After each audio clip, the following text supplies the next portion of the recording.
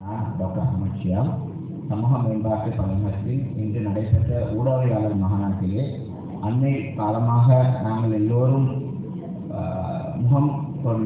எதிர்கொண்ட வெள்ளத்தினால் ஏற்பட்ட பாதிப்புகளும் அதனை தொடர்ந்து ஏற்படுகின்ற சுகாதார பிரச்சனைகளையும் அதனை எவ்வாறு தடுத்துக் கொள்ளலாம் சம்பந்தமான விடயங்கள் இன்று கலந்துரையாடப்பட்டன. அவைகளிலே இருந்து சுருக்கமாக தமிழிலே கூறுவதற்கு நான் இங்கே வந்துள்ளேன். குறிப்பாக இன்று நாங்கள் எல்லோரும் மிக பாதியோர் பிரச்சனைக்கு முகம் கொடுத்துள்ளோம்.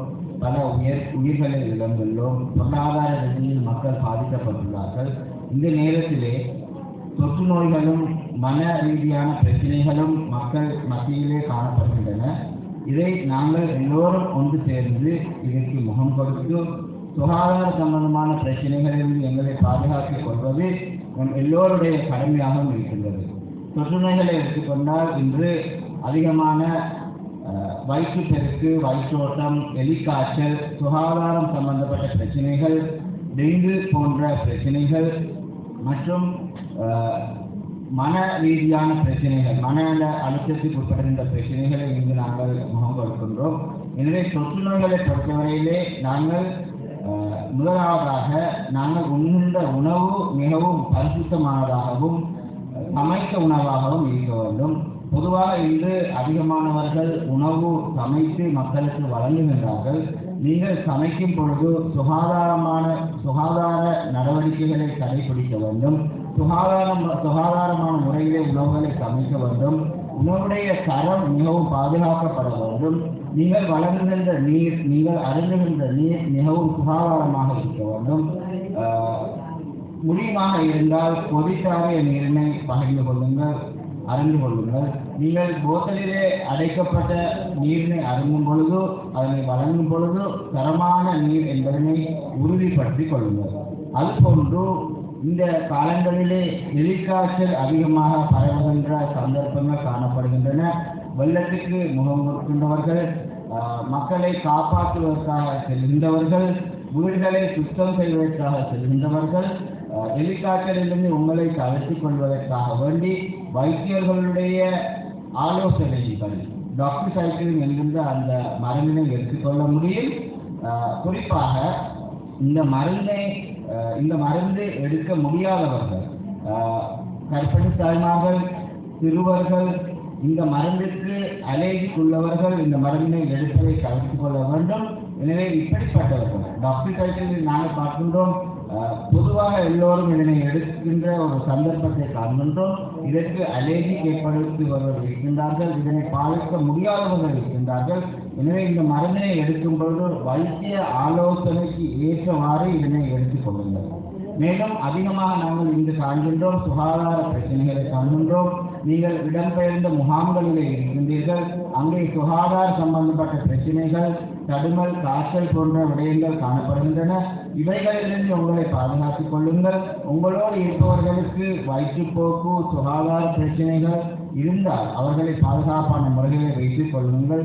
முகக்கவசம் அணிவது, கைகளை கழுவிக் கொள்வது போன்ற அடிப்படை சுகாதார நடவடிக்கைகளை மேற்கொண்டு கொள்ளுங்கள்.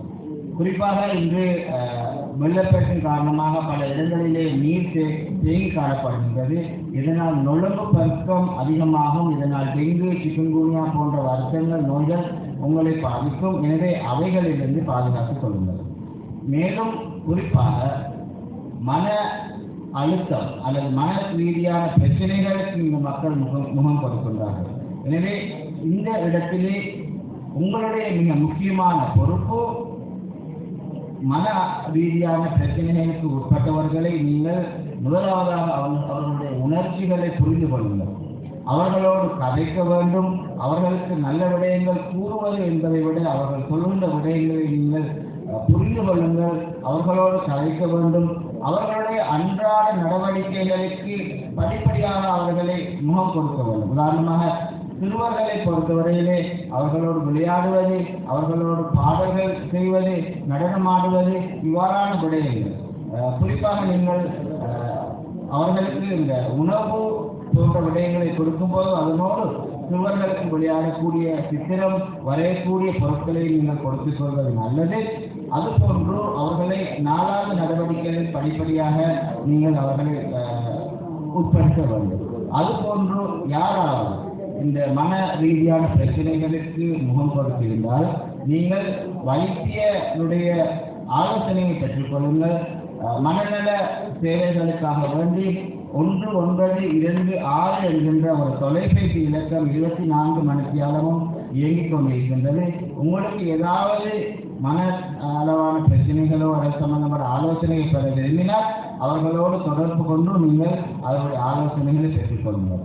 அதோடு பெண்களுக்கான மாதவிடாய் சம்பந்தமான சுகாதார நடவடிக்கைகளையும் கவனம் எடுத்துக் கொள்ளுங்கள். எனவே இவ்வாறான விடயங்களை நாங்கள் செய்து கொள்வதன் மூலமாக நாங்கள் இருக்கின்ற இந்த பாரிய பிரச்சனைகளுக்குள் எங்களுக்கு ஏற்படுகின்ற சுகாதார பிரச்சனைகளை நாங்கள் அறிந்து கொள்ள முடியும். இது எங்கள் ஒவ்வொருடைய பொறுப்பு என்பதை நினைத்துக் கொள்ளுங்கள். இதன் மூலமாக நாங்கள் எல்லோரும் பாதுகாப்பான ஒரு நிலையினை பெற்றுக்கொள்ள முடியும். நன்றி, வணக்கம்.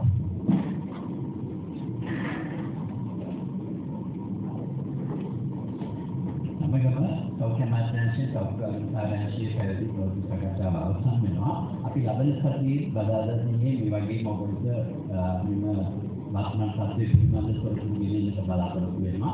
ඒ සමගම ඔබට මම තව තොරතුරක් කියන්නට සූදානම්. අපි දෙසැම්බර් 8 වෙනිදා අපේ සෞඛ්‍ය අමාත්‍යාංශයේ මාධ්‍යවේදීන්ට සම්මාන ප්‍රදාන ලක්ෂයක් නමුත් දැන් පවතින තත්ත්වය යටතේ අපිට ඉලක්කය පවත්වන්නට බැරි වෙනවා.